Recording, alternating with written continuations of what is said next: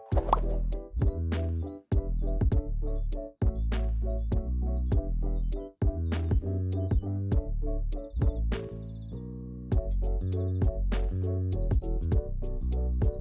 afternoon, everyone. My name is Khanyisa Koffman. I work for an organization called Africans for Africa.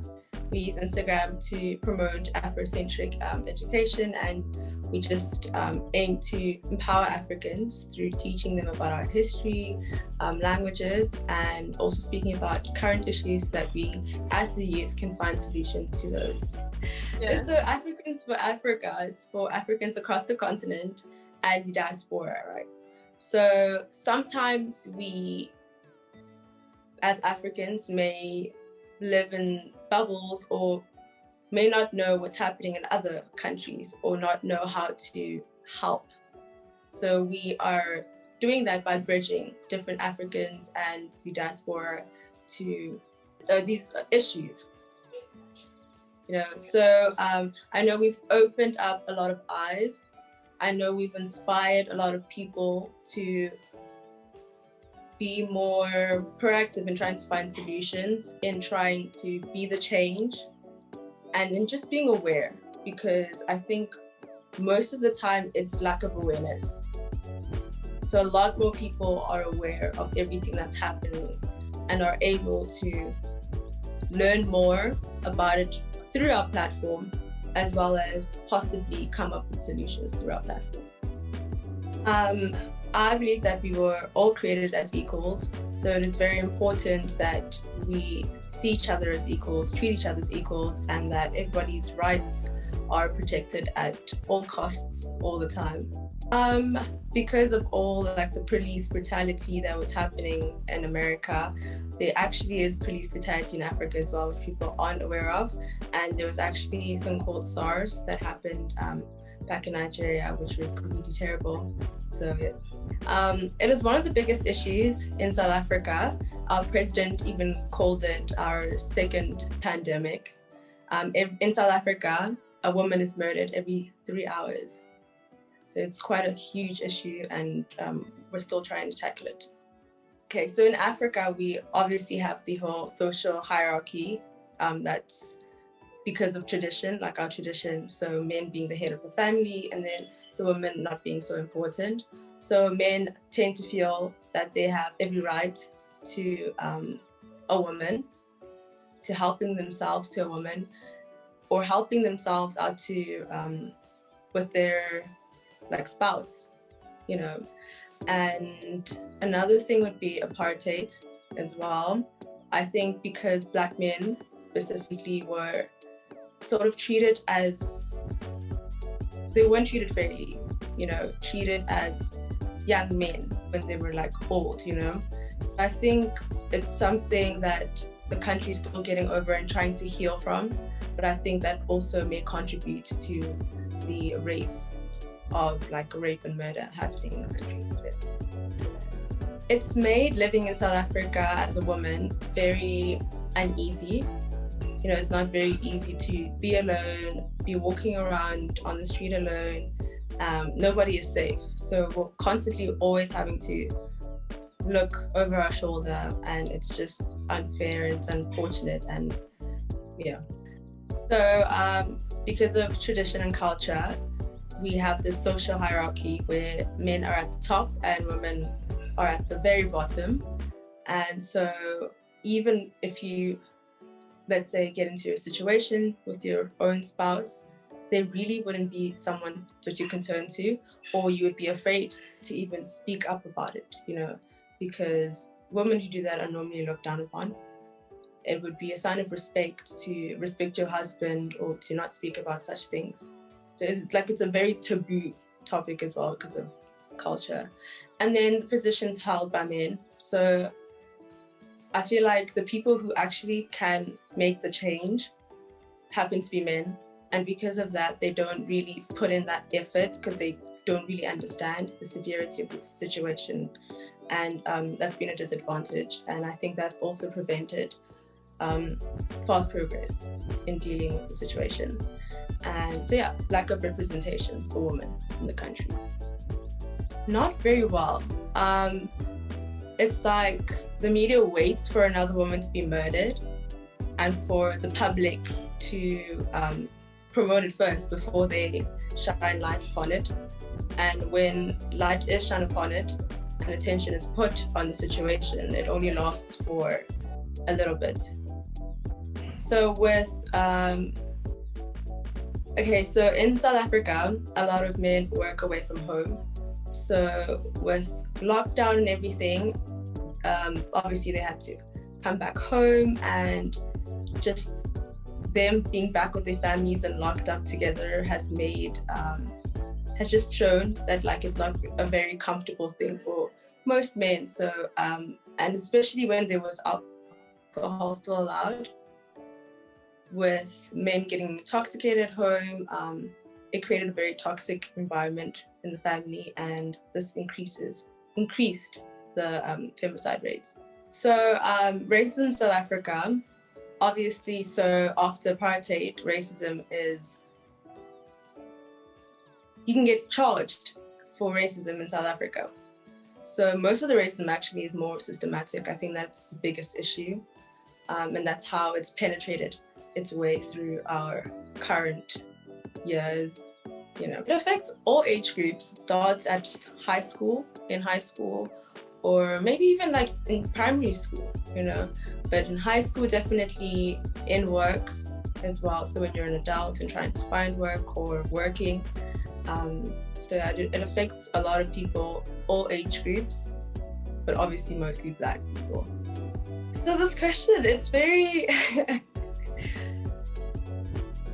it affects us so much. Like I'm struggling to like think of a way to try, you know, describe it, because, and in all aspects, you know, how you're viewed by society, how others perceive you when you're in places, especially in work, in finding work,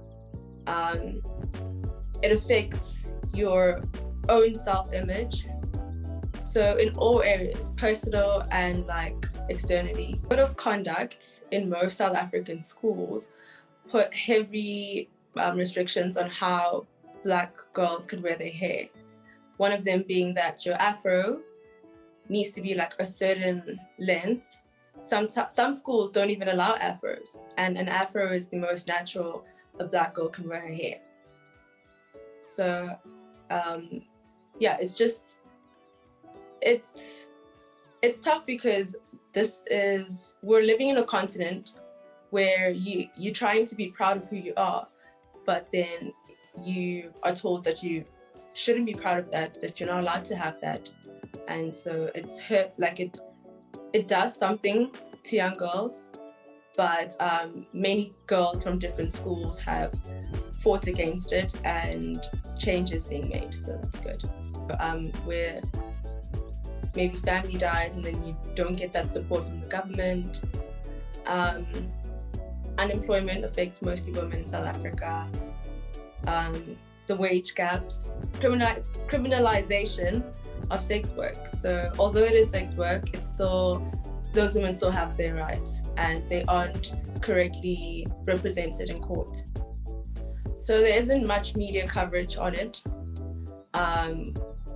because when I actually went to go do the research behind it, what I found versus what was reflected on the media was completely like separate. You know? And the police brutality rates actually increased during lockdown. So that's when policemen had to sort of control the restrictions, and I think they overused their power.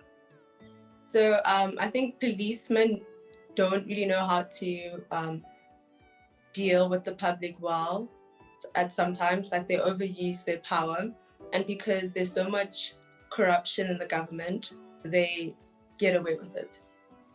Okay, so should go back to how we don't have much representation for women in places of power. So femicide so femicide includes obviously rape, and rape is sometimes very hard to prove. So I think sometimes it's also just the laziness, you know, because sometimes like reports are filed, but there aren't any follow-ups for it because it's sort of like go around in a circle, whatever. So they have stopped even trying to attempt, which is such a problem as well. And that's also strained the relationship between women and policemen in South Africa, because now you know that if you go open up a case against someone, it might not even be dealt with already. So people in poverty don't have much access to education, so they wouldn't know their rights very well. You know, they think that it's totally normal to be treated as they do. And they also are least likely to go report things. So policemen know that if they do something, they can easily get away with it. As citizens, we need to continue raising awareness. You know, we need to hold the police accountable, hold our government accountable, and not just seasonally. You know, it has to be something that we do constantly, so that change eventually happens. And also, I think the world isn't so aware of the femicide rates in South Africa. So it just shows that perhaps as citizens, we also need to do more. We need to do more through our social medias to shine more light on this issue, so we can possibly get support from the world as well. As citizens, we need to continue raising awareness. You know, we need to hold the police accountable, hold our government accountable, and not just seasonally. You know, it has to be something that we do constantly, so that change eventually happens. And also, I think the world isn't so aware of the femicide rates in South Africa. So it just shows that perhaps as citizens, we also need to do more. We need to do more through our social medias to shine more light on this issue, so we can possibly get support from the world as well. Through working through Africans for Africa and through all my research and everything, I've learned that this is such an issue that we don't discuss, you know, amongst ourselves so much. It's taught me that it happens with, it's also taught me that we're actually quite socially divided as people, you know, and that's how also some people are more ignorant to situations that they shouldn't be about. So it's made me realize where I stand, and also sort of given me the responsibility to help those who aren't so privileged. I think people just need to stop being ignorant to femicide. I think it starts there, and people need to hold their own friends accountable, friends and family accountable to it as well, because most of the time people do know about situations where their friends or family have been involved in hurting women, and they just keep quiet about it. So it's our responsibility to stand up against it and to speak out against it, so that we can really bring change. Because if we continue on like that, we really won't be able to, you know, solve the issue. Thank you to everyone who's watched. Follow us on our Instagram page at A for Africa. Yeah.